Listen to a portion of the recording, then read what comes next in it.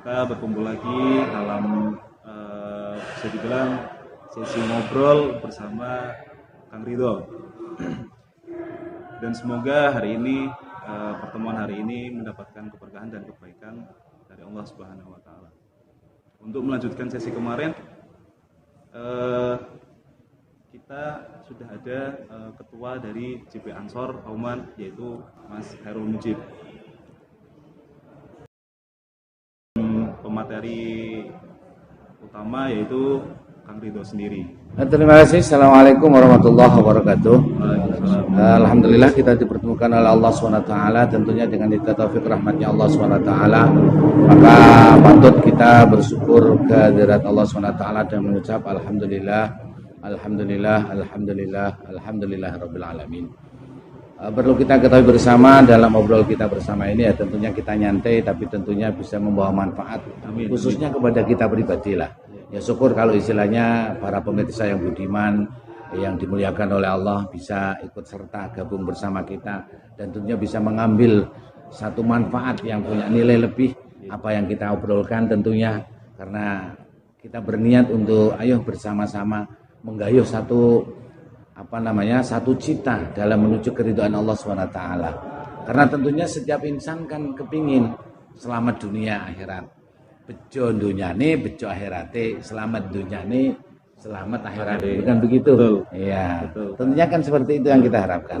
Nah, tentunya keterkaitannya dengan apa yang nanti kita obrolkan, keterkaitan dengan yang season pertama, bahwa puasa itu menuju kepada satu titik inti sesuai apa yang disyariatkan oleh Allah, menjadi manusia yang takwa kepada Allah Subhanahu wa taala, sehingga menjadi manusia akan mendapatkan satu tempat makom yang mulia di hadapan Allah Subhanahu wa taala, yaitu di surganya Allah Subhanahu wa taala.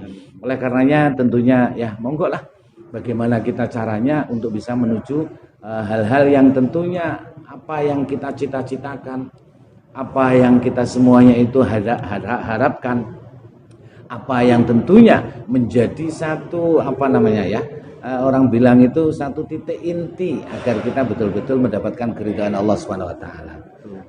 Bukan begitu, Mas? Iya.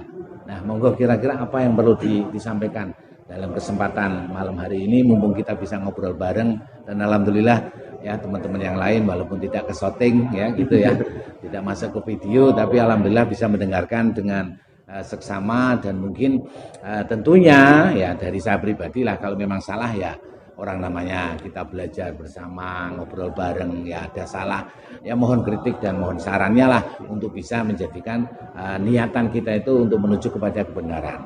Jadi kita tidak menutup diri dan kita meyakini kekurangan dan kesalahan itu pasti ada, Mas. Oke pemirsa, jadi kali ini pada malam hari ini sesi kali ini kita ngobrol ya sama Kang Ridho, ngobrol santai lah tentang menarik dari benang merah yang kemarin, yaitu menuju ketakwaan.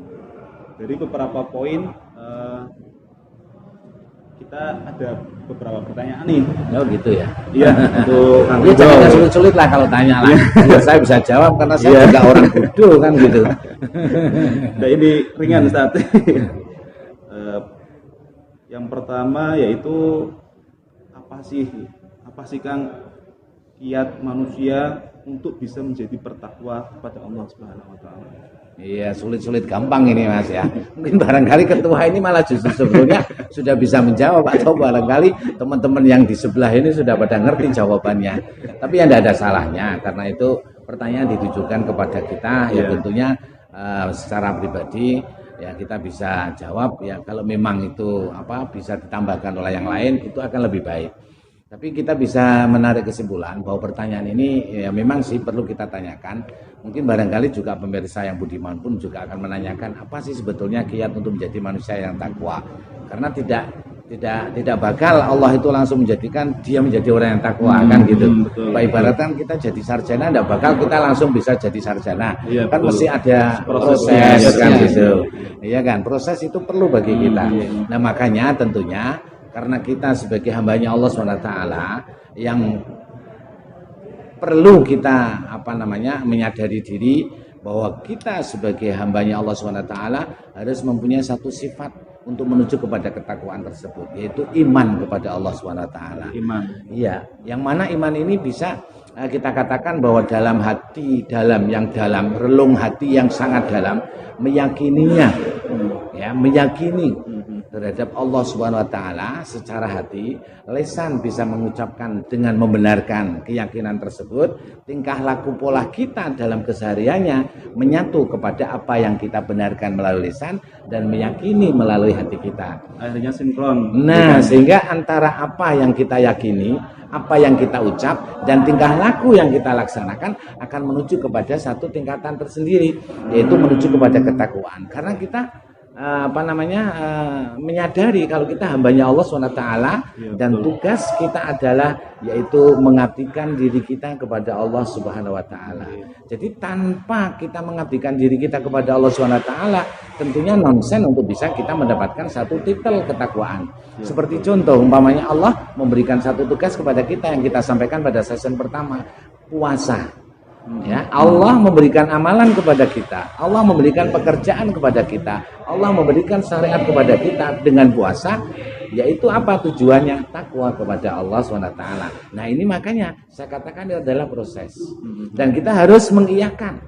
Artinya bahwa kita sebagai hamba Allah SWT tidak luput kita untuk mengabdi kepada Allah SWT. Sesuai dengan Al-Quran mengatakan, wa ma khalaqatul jinna wal insa illa liya'budun. Ora patek ndadekake ingsun, kata Allah SWT, ing jin lan manungsa kecuali ndadekake ingsun Allah SWT kepada jin dan manusia liya'buduna, supaya padha nyembah kabeh, padha ngabdi kabeh, padha ngerteni jati dirine nek menungso kuwi duwe kewajiban menyembah kepada Allah dengan melalui proses-proses tahapan. Dasarnya dengan keimanan inilah insya Allah akan bisa dilaksanakan dengan maksimal. Ya, gitu. Sehingga terjadilah sebagai sebuah sebuah sinkronisasi. Betul ya, sinkronisasi. Dan tentunya ya mungkin pertanyaan jenengan yang tadi saya jawab ini, mungkin jenengan bisa mengajukan pertanyaan lagi. Karena apa? Tentunya hal-hal tadi ya keterkaitannya proses kan gitu ya. Kita melaksanakan ibadah, ya itu mestinya kita harus bisa lurus dan lain sebagainya. Banyak sekali lah tentunya apa yang harus kita usahakan di dalam proses tersebut, ya kan. Saya rasa apa yang menjadikan kegiatan kita itu mesti harus kita lakukan, harus kita laksanakan dengan satu niatan, keikhlasan kepada Allah Subhanahu wa taala. Wa ma umiru illa liya'budullaha mukhlishina lahuddina hunafa. Mukhlishina lahuddina hunafa wa yuqimus sholata wa yutuz zakata wa dzalika dinul qayyimah. Ini syarat utama. Kita melaksanakan amalan-amalan perintah Allah SWT, entah itu sholat, entah itu zakat, entah itu sosial masyarakat untuk saling tolong menolong, ya kita bersedekah, ya syaratnya adalah satu, ikhlas menuju kepada kemurnian Allah Subhanahu wa taala dan mengharapkan ridhonya Allah Subhanahu wa taala. Untuk menjadi, dan ketika sudah mendapatkan sebuah ketakwaan, ada beberapa pertanyaan lagi nih pemirsa, yaitu ini Kang, masalah setiap manusia kan berbeda-beda Kang. Betul. Terus yang menjadi pertanyaan itu, hambatan apa yang biasa ditemui ketika menuju ketakwaan atau berproses itu? Ya bagus, ini pertanyaannya bagus sekali. Ya sebetulnya juga sulit juga kita menjawab ini Mas. Ya kan? Karena sudah menuju kepada ketakwaan, yang ditanyakan hambatan. Kita jalannya ke proses saja itu sulit, apalagi yang ditanyakan hambatan. Berarti proses itu memang melalui satu kegiatan yang harus kita laksanakan. Tentunya dari proses itu memang ya kadang manusia bisa mulus, bisa jalan dengan baik. Tapi tentunya memang betul, pastilah ada hambatan dan rintangan. Hambatan dan rintangan. Ya siapapun lah untuk menuju kepada kesuksesan itu pasti ada Mas.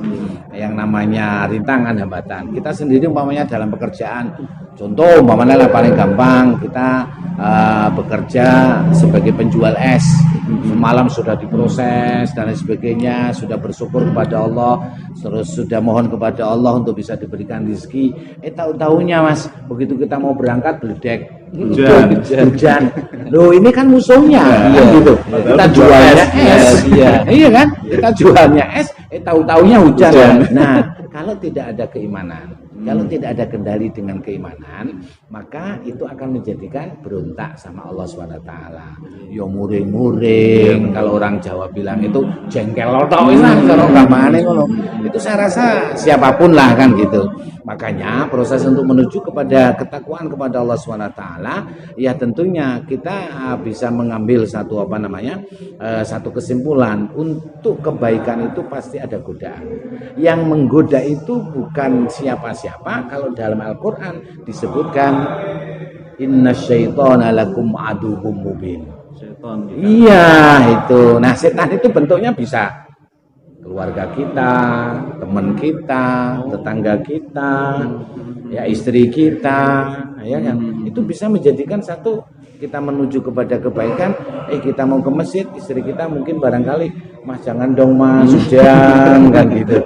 Itu bisikan kasih sayang dalam lahiriahnya, tapi dalam lahiriah batin menuju ketakwaan itu adalah gangguan bagi kita. Sementara kita mau beribadah menuju kepada Allah, untuk berdakwah kepada Allah, tahu-taunya sang istri yang sayang sama kita ngodeli, jangan dong Mas, lagian malam Jumat ini Mas, Masya Allah SWT, ya Allah, ya kan emang enak, indah kan gitu. Nah disitulah fungsi setan. Setan itu berbisik itu ibaratkan kayak manusia itu mengalirnya darah di dalam urat nadi kita itu tidak terasa, indah memang. Dan itu kalau kita yakini, itu adalah satu godaan bagi kita, hambatan bagi kita. Maka kalau kita sudah menuju kepada titik terang, menuju kepada ketakwaan Allah SWT, kita meyakini bentengnya adalah keimanan kita untuk bisa melawan daripada hambatan dan gangguan yang terjadi dari setan yang berbentuk siapapun. Nah, iya kan, bentuk siapapun ini maaf bukan kita mengatakan sampean setan enggak, sampean setan enggak, tapi bisa saja, ya kan, bisa saja kan dalam surat An-Nas juga seperti itu kan disebutkan min syarril qul a'udzu birabbin nas malikin nas ilahin nas min syarril waswasil khannas alladzi yuwaswisu fi sudurin nas minal jinnati wan nas kan gitu. Jadi konteksnya kan surat An-Nas itu jelas, artinya setan itu bisa berbentuk apapun untuk bisa mengelabui hati kita. Sementara setan masuk dalam benak pikir kepada kita, berbisik ria kepada kita, itu ibaratkan kita tidak terasa darah mengalir di urat nadi kita. Kan gitu Mas. Ya kan, maka dengan ketakwaan, ya insya Allah dengan keimanan, ketakwaan akan bisa kita jaga dengan baik. Karena apa? Keyakinan, keimanan bahwa Allah SWT akan bisa membimbing kepada kita. Tentunya kita tetap harus berdoa, tetap harus bisa jalan mulus apapun yang menjadikan kendala dan yang menjadikan hambatan-hambatan yang sangat nampak itu tadi Mas. Jadi bisa dibilang kalau setan itu bisa berkamuflase seperti itu ya. Bisa jadi semacam itu. Berkamuflase secara sifat. Boleh, sifat manusia menjadi manusia. Untuk untuk mau menuju dalam bertakwa itu. Nah, itu pasti. Gitu. Karena memang ya itu tadi dalam nafsu kita itu ada nafsu yang istilahnya itu kita dikelabui oleh amarah bisu, ya kan, memerintahkan kepada hal yang tidak baik. Nah itu fungsi setan, ya kan, fungsi setan itu untuk supaya membawa bala tentara agar tidak beribadah kepada Allah. Nah sementara kita menginginkan baik, menginginkan untuk bertakwa, selamat dunia, selamat akhirat pun, ya selamat akhiratnya, ya pasti setan itu mesti menggoda kepada kita. Apalagi dari Rasulullah SAW mengatakan bahwa setan itu paling senang kepada mereka orang-orang yang mengabdikan dirinya kepada Allah SWT digoda oleh setan. Ngajak konco. Ngajak konco mek aja ibadah. Gampangane ya nek cara kita ngajak mangan melu mangan, ya kan enak.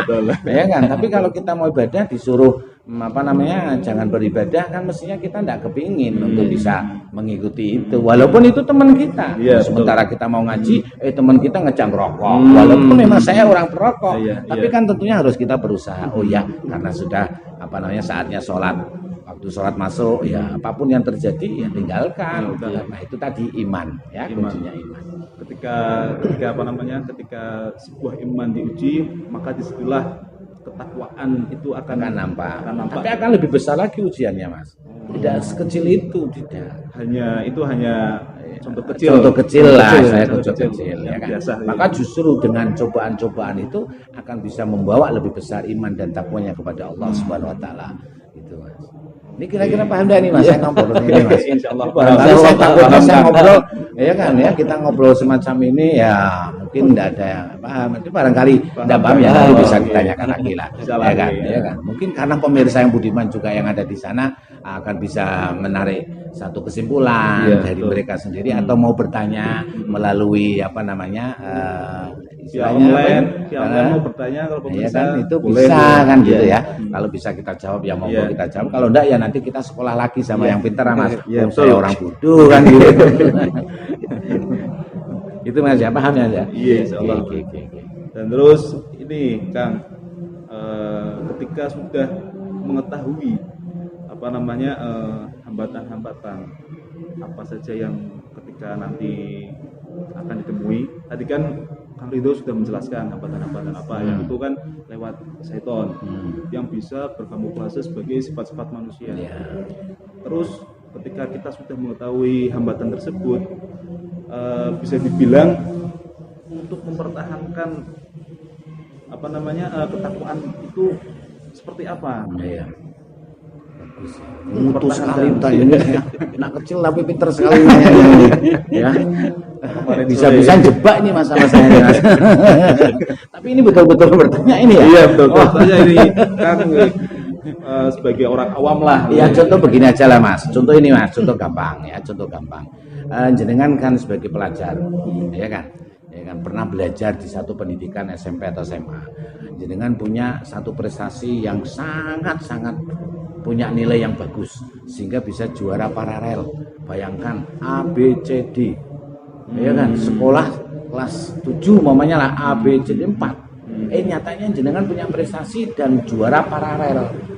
Nah, berarti pada berikutnya itu kan jenengan harus punya satu kiat untuk mempertahankan prestasi itu sendiri. Kan gitu Mas, betul enggak? Nah, prestasinya apa? Ya mungkin karena kita belajar, ya mungkin bisa menambah dengan kursus ataupun les di guru-guru yang istilahnya khusus di mana untuk mendukung prestasi tersebut bisa dipertahankan. Nah, sementara kembali kepada kita, pertanyaan jenengan yang menuju kepada ketakwaan. Kita kepingin takwa, sementara kita hari ini sudah bisa menjaga diri kita dengan keimanan dan ketakwaan itu sudah bisa kita capai walaupun hanya kita yang mengatakan wallahu alam, Allah bisa mengatakan kowe wis bener ataupun tidak, itu kan haknya Allah. Tapi kita merasakan seakan-akan kita sudah bisa menghindari dari godaan-godaan tersebut. Ya kan? Maka besoknya kita harus berusaha paling tidak kita menjaga godaan-godaan tersebut agar bisa tidak terjadi lagi. Paling tidak seperti itu. Tapi itu pasti terjadi. Besok itu pasti terjadi godaan-godaan itu. Maka untuk mempertahankan tersebut, kita jangan sampai lupa pada Al-Qur'an. Ya, karena Al-Qur'an sebagai hidayah bagi kita, Al-Quran sebagai obat bagi kita, Al-Quran sebagai pedoman hidup bagi kita. Insya Allah dengan kita mengenal Al-Quran, kita insya Allah tidak bakal sutel, tidak bakal sumpek, tidak bakal cutel, tidak bakal sempit. Ya kan, hal apapun yang menjadikan gangguan bagi kita semuanya itu akan bisa dinetralisir dengan Al-Quran. Kenapa? Baca saja kita dapat pahala. Apalagi di bulan Ramadan ini, Masya Allah, nuzulul Quran diturunkan, turunnya Al-Quran di bulan Ramadan. Ramadan bisa mulia karena Al-Quran diturunkan di bulan Ramadan. Maka kalau kita lalai dengan Al-Quran, kita lupa dengan Al-Quran, puasanya dilakoni, Al-Qurannya tidak tidak dideres, tidak diperdalam dan tidak diyakini kebenarannya, ini kan menjadi sia-sia. Maka Al-Quran kalau sudah menjadi senjata bagi kita, insya Allah semua apa yang menjadikan hambatan, apa yang menjadikan tantangan, kita kembalikan kepada Allah SWT. Ya kan, orang kan akan ciut, orang akan sempit, orang akan merasa gelisah kalau kita sudah diganggu oleh halayak. keramaian terhadap teman kita, dunia Iya, yang begitu indah godaan-godaan dan itu kan, sebagainya, itu Iya, nampak betul. sekali. Betul. Tapi di pikiran kita, aduh saya tidak bisa bayangin lah apa yang menjadikan satu keinginan saya begitu indahnya dunia, sementara kita mau menuju kepada kebaikan. Maka pesan saya, silakan dunia bisa kita cari, namun jangan sampai melalaikan daripada keinginan kita untuk takwa kepada Allah SWT. Nah itu senjatanya Al-Quran, kan gitu. Ya, senjatanya kembali kepada semuanya adalah dikemas dalam Al-Quran. Maka apapun yang menjadikan perbuatan-perbuatan kita, jangan sampai lepas dari Al-Quran.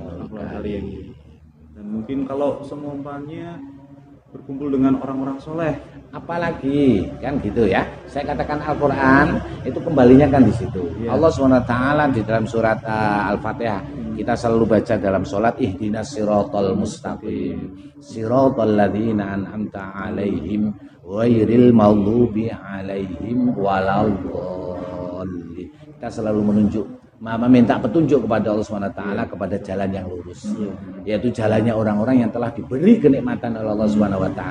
Nah dalam ayat lain, di dalam surat yang lain, yaitu siapa mereka yang yang diberi nikmat oleh Allah, minan nabiyyina wasiddiqina wasyuhada'i wassalihin. Maka kita sebetulnya jangan sampai merasa kita sudah pintar sendiri, kita sudah pandai sendiri, kita ada orang-orang yang memberikan ilmu kepada kita. Disitulah mereka itulah yang harus kita hormati, mereka yang harus kita kancani, para ulama, para kiai, para sepuh yang bisa menjaga harga dirinya sebagai seorang Islam sejati menuju kepada ketakwaan untuk membawa murid-muridnya menjadi bersama di surganya Allah. Maka kita jangan sampai lepas dari itu, karena itu permintaan kita kepada Allah dalam setiap saat.